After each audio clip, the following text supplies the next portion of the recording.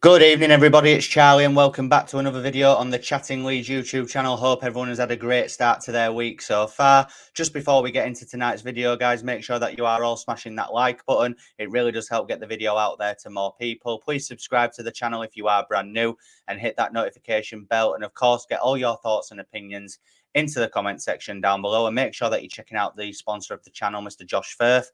His Etsy store and Instagram links, as always, are in the description down below for all your football graphic design needs.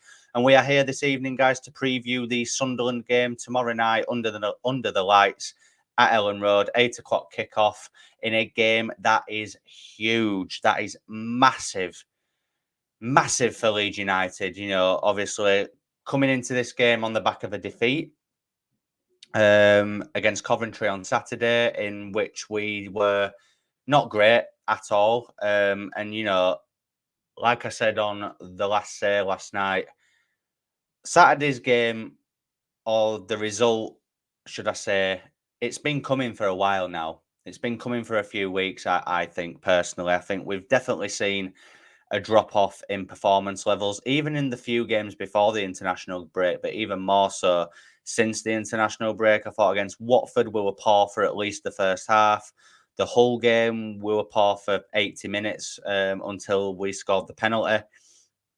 And obviously against Coventry on Saturday, I thought we were poor for about 70 minutes. And it does feel like that Leeds United get better in games when changes are made in the second half, which is why I think a lot of us are wanting changes from the get-go. But obviously, Daniel Farke did his pre-match press conference earlier on today where he was sharing team news. Now, I really hope that this is some sort of mind game, but I don't think it is. Ethan Ampadu has not trained yesterday, and he has not trained today as he has been suffering with illness. And Farke said he will only be playing tomorrow night if he takes part in the short session tomorrow morning.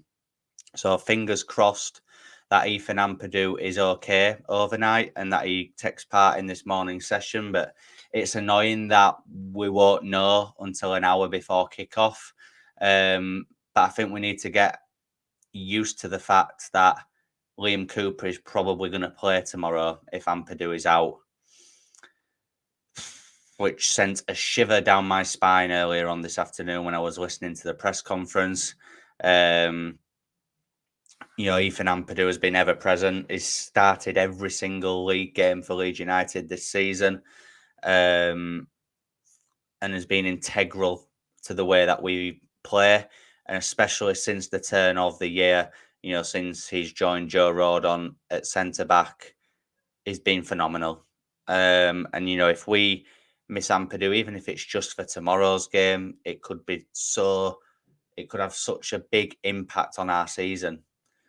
Because Liam Cooper, no disrespect to him, you know, he's been a great servant of the club, yada, yada, yada. Yeah, I get that. But as a footballer, he is diabolical. We saw against Watford how atrocious he is at the back, and there's people saying that it's harsh to come for Liam Cooper. You need your head screwing on if you can't see that Liam Cooper is not a competent centre-back. He could come in tomorrow and have a decent enough game and Leeds will win and nobody will speak about it, but it's right that he's not getting offered a new contract. It's right that this is the time for him to move on. And in an ideal scenario, Leeds get promoted, he gets his testimonial, and he can walk off into the sunset with his head held high. But, you know, I would rather put Charlie Cresswell in alongside Joe Rodon, but we know for a fact that Farke will not do that. And obviously, this is all hypothetical. It could turn out that Ethan Ampadu is okay. But by the sounds of it, you know, he said he's a big doubt. So I'm 80% certain that Liam Cooper will be playing tomorrow night. Which, you know, the way I know Sunderland aren't in great form, but they've got some decent attackers, obviously. Jack Clark's back for them now. There's Joe Bellingham. You know, they have got good players in there. So I am a little bit more nervous going into this game now. Do I think Leeds United will still win the game? Absolutely. But it just gave me a little bit of a fright. hearing that we could potentially be seeing Lee and Cooper play tomorrow. Obviously, Farke was asked about Patrick Bamford's recent form, and he defended him, which we all know he would. And then there's people, who have been defending Bamford, saying, "Oh, that's great from Farke." That's good. But come on, even if Farke deep down thinks Farke's been garbage recently, he's going to come out and back him to the media, isn't he? Of course he is. But obviously, he was, saying his work rate second to none, that he puts a shift in. But come on, that's the least we expect. The hold-up play, the link-up play, goals, he hasn't been providing of late, last 4 or 5 games. He hasn't. So, if Bamford is playing tomorrow, which, let's be honest, we all know he is, we need to see a lot more from him. We need to see a lot more from a lot of them, actually. I'm thinking Rutter, better decision-making in the final third. Stop holding on to the ball way too long, doing your fancy turns. Yes, it's good in certain areas and in certain elements of the game, but not every single one. Somerville, stop trying to do it all by yourself, and stop holding on to the ball way too long.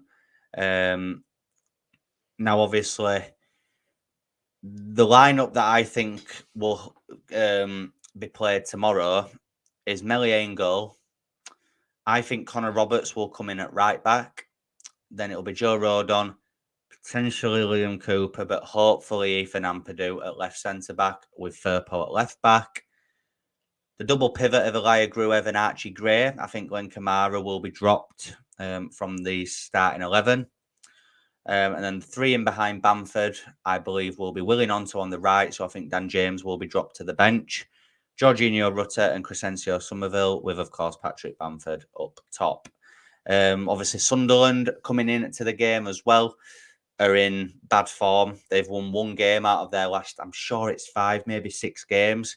Obviously, their most recent, actually, they drew at home 0-0 to Bristol City on Saturday. But prior to that, on Easter Monday, they got thumped 5-1 at home by Blackburn, who Leeds United play on Saturday. They've got the caretaker manager in place, the same guy who was in place when they beat us at the Stadium of Light earlier on in the season, in a game that was pretty poor from both teams, but obviously they had their opportunity and they took it, that Joe Bellingham header. Obviously, since then, they've been on a downward spiral. Leeds in the past have been known to always help teams out that are in this scenario. Teams who are on poor runs of form, they come to Elland Road and they get something. Hopefully that will not be the case. I don't think it will be the case tomorrow. We need to see a reaction. There is no room for error in this game. No room for error. We have to win it by any means necessary to keep our automatic promotion hopes alive and to put the pressure on Ipswich, who play on Wednesday. So, psychologically, if we can win tomorrow night, it makes them, panic a little bit. They're at home to Watford, who have improved a lot recently, as we know from Good Friday. So, hopefully they can cause Ipswich some problems. But regardless of what happens in the Ipswich and Leicester games, we just need to go out and put what happened on Saturday right, put it right for the home faithful at Elland Road. Go out there, show that there's been a reaction, and dominate the game, hopefully, and just win it. Win it by all means necessary, because if we fail to win tomorrow, even a draw will just not be good enough. You can't be going into home games at Elland Road just hoping for a draw. We need to keep the unbeaten run at Elland Road. I think that gives them extra motivation. But more so for what happened on Saturday, we need to go out and we need to get a good win under our belts. I would like to see Perot or Joseph start ahead of Patrick Bamford just to see what would happen with that. But like Farke said, he's not going to change it at this point of the season with 5 games left. But, I get that there is a risk element to it, but I just thought it'd have been good to see how Mateo Joseph would potentially do from the start. But then again, maybe it's good to have him and Perot on the bench because when they've been coming on lately, they've been having good impact. So if they are needed tomorrow, hopefully they can do the same again. But like I said, guys, we must see a reaction tomorrow. We have to. If we lose the game tomorrow, and then Leicester and Ipswich both win. For me, it's not over, but it won't be looking good. And we'll be coming on here for the last say live on Wednesday night, all in foul moods. But hopefully, when I next see you all on Wednesday evening, we're all in good spirits. We're all happy.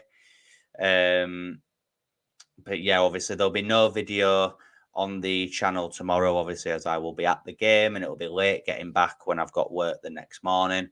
But I'll be back live on the channel on Wednesday evening with the last say, where I'll be getting all your guys' live thoughts on what happens at Elland Road tomorrow. You know, hopefully it's 3 points. My score prediction. Interesting. I'm going to go 2-0. I'm going to go 2-0. I'm going to go for a clean sheet and goals out. Weirdly, with all the speculation around him, I think Patrick Bamford might get a goal. And we'll go Nonto as well if Nonto starts the game. So I'm going 2-0.